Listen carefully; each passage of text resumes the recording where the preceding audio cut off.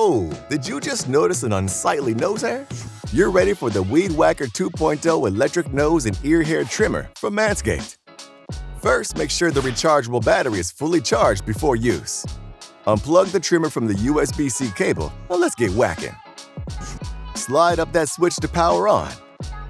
Slowly insert the cone tip into your nostril or ear hole while gently rotating around in each hole for about 15 to 20 seconds. If you whack it more than that, then you're just playing with it. Once your manholes are freshly trimmed, slide that power button down to power off. Looking good, man. Not an unsightly hair in sight.